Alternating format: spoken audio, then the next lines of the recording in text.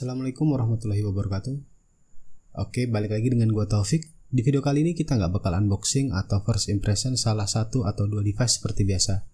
Di video kali ini gua bakal share experience gue gimana sih rasanya jadiin iPhone 12 mini sebagai daily driver gue selama setahun terakhir ini.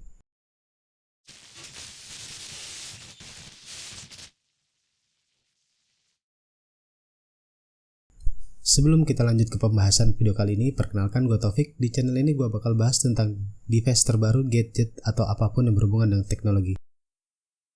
Mungkin bagi kalian yang senang dengan konten-konten yang gue upload di channel ini, bisa pertimbangin untuk subscribe dan nyalain lonceng notifikasi supaya nggak ketinggalan video terbaru dari gue.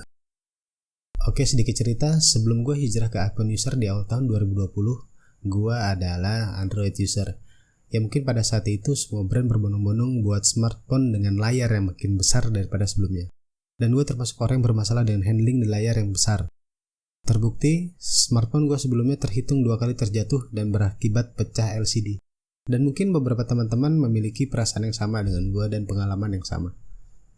iPhone 12 mini ini diperkenalkan pada Apple Event secara online oleh Apple di tanggal 13 Oktober 2020 lalu. Dengan gimmick James Bond 007 di mana iPhone 12 mini ini diambil dari case seperti dalam film James Bond. Dengan ukuran 5.4 inch lebih kecil daripada iPhone 8 dan menjadikan iPhone 12 mini ini the smallest, tiniest, lightest 5G phone in the world. Dengan spesifikasi A14 chip Bionic 5 nanometer dengan konektivitas 5G dan layar Super Retina XDR OLED dan lain-lain, menjadikan iPhone 12 mini ini sama persis spesifikasi yang dimiliki oleh iPhone 12. Namun yang berbeda hanya kecerahan layar, kapasitas baterai, dan terutama ukurannya yang lebih kecil. First impression dan first handling untuk iPhone 12 mini ini membawa kita bernostalgia dengan iPhone 5 atau 5S. Yang ujungnya sedikit agak mengotak, tegas, dan yang paling penting, menegaskan ini flat design trademark dari Apple. Nggak dipungkiri, iPhone 12 mini ini nyaman banget dipakai harian, apalagi dengan size 5.4 inch yang hampir menyerupai iPhone 5, sedikit lebih besar 1 inch. Dengan kata lain, iPhone 12 mini ini dengan mudah dioperasikan dengan satu tangan, dimana untuk ukuran tangan Asia, iPhone 12 mini ini nggak terlalu besar-besar banget kok. Serta mudah untuk dimasukkan ke dalam kantung, nggak perlu takut HP bakal mentok seperti iPhone X terdahulu, yang selalu mentok ketika masuk ke dalam kantung. Datang dengan layar Super Retina XDR OLED display pada iPhone 12 mini ini merupakan sebuah upgrade besar dari Apple, di mana iPhone 11 yang sebelumnya hanya dipasangkan Liquid Retina display. Sebelumnya Super Retina XDR OLED ini hanya ada di seri iPhone 11 Pro dan 11 Pro Max, yang harganya mahal. Resolusi yang ada di iPhone 12 mini ini juga sudah Full HD. Dengan ini kita dapat dimanjakan dengan konten HDR di YouTube atau platform lainnya.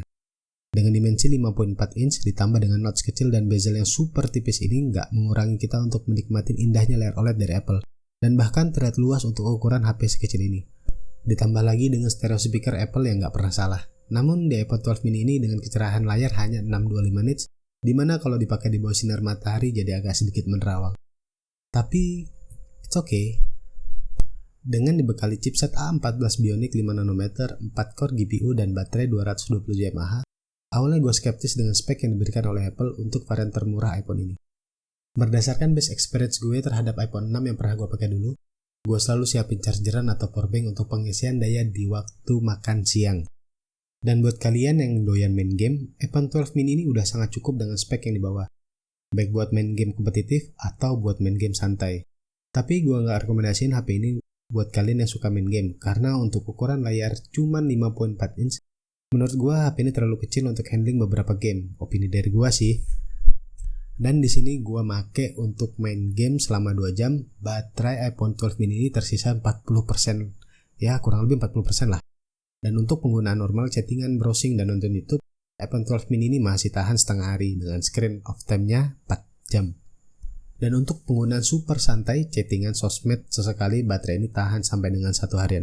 Cabut charging dari jam 8 pagi, jam 7 malam masih sisa 20%-an. Dengan kata lain, HP ini masih bisa dipakai seharian dengan pemakaian santai. Kalau ditanya, emang ada user iPhone yang penggunaannya masih santai begitu? Masih banyak kok yang pakai iPhone dengan gaya santai, termasuk gua, yang sekarang ini pakai HP secukupnya dan emang peruntukannya bukan untuk main game. Dan mungkin juga kaum hawa yang penggunaannya hanya untuk update sosmed, chattingan, dan terutama foto-foto. Mungkin dari kalian baik yang beranggapan bahwa iPhone 12 mini ini boros banget baterainya, apalagi dengan daya baterai 2220 mAh yang mana hampir 2 kali lebih kecil dari iPhone 11 yang di 3000 mAh. Jadi nggak worth it untuk dibeli. Tapi semua itu tergantung dari style penggunanya sih. Dan akhirnya iPhone 12 mini ini udah support wireless charging, di mana di Apple event pada tanggal 13 Oktober 2020 lalu, Apple memperkenalkan wireless charging pada aksesoris MagSafe untuk semua jajaran iPhone 12-nya. Dan untuk charging time dengan baterai 2227 mAh yang ditanamkan pada iPhone 12 mini ini termasuk super cepat untuk mencapai 50% di 30 menit dan untuk sampai di 80% di 1 jam. Dan ketika masuk di 80%, daya pengisian pun otomatis melambat, dikarenakan untuk proteksi baterai agar umur baterai bisa lebih panjang. Dan kita masuk di bagian paling terpenting dari iPhone 12 mini adalah kameranya. Dan nggak ada perbedaan sama sekali untuk spesifikasi kamera baik untuk iPhone 12 mini maupun iPhone 12. Sama-sama memiliki 2 kamera utama di belakang dan 1 kamera di bagian depan. Dan untuk seluruh kameranya, semuanya sama-sama memiliki 12 megapiksel untuk ultra wide, wide, dan kamera depannya. Namun perbedaan hanya terdapat dalam bukaan aperture, yang mana untuk wide-nya 1,6, untuk ultra wide 2,4, dan kamera depan 2.2. Dengan kata lain, untuk tangkapan cahaya bisa lebih banyak dan lebih tajam untuk pengambilan gambar dan video. Dengan bukaan aperture 1.6 pada kamera utamanya, pengambilan gambar pada malam hari pun nggak buruk-buruk banget, apalagi dalam keadaan cukup cahaya. Penggunaan night mode pun nggak perlu-perlu banget, kecuali kondisinya gelap banget dan kurang cahaya, baru night mode ini aktif. Dan mode night mode ini berlaku di semua lensa iPhone 12 mini ini, baik untuk primary, ultra wide, dan kamera depannya. Dan untuk perekaman video semuanya masih sama dengan iPhone 11 terdahulu, up to 4K 60fps serta didukung HDR video 10-bit. Jadi kesimpulannya, apakah iPhone 12 mini ini masih worth it digunakan di tahun 2022? Jawaban gue sangat worth it banget.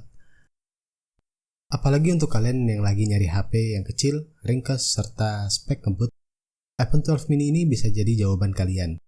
Apalagi kalau dibandingin dengan iPhone 13 mini nggak jauh-jauh banget update-nya, jadi bisa ngirit beberapa juta untuk keperluan lainnya. Oke, sekian dulu dari gua. Jangan lupa untuk subscribe, share jika bermanfaat, dan nyalakan lonceng notifikasi agar kalian gak ketinggalan video dari gua. Gua Taufik dari Pas Edi pamit. Assalamualaikum warahmatullahi wabarakatuh.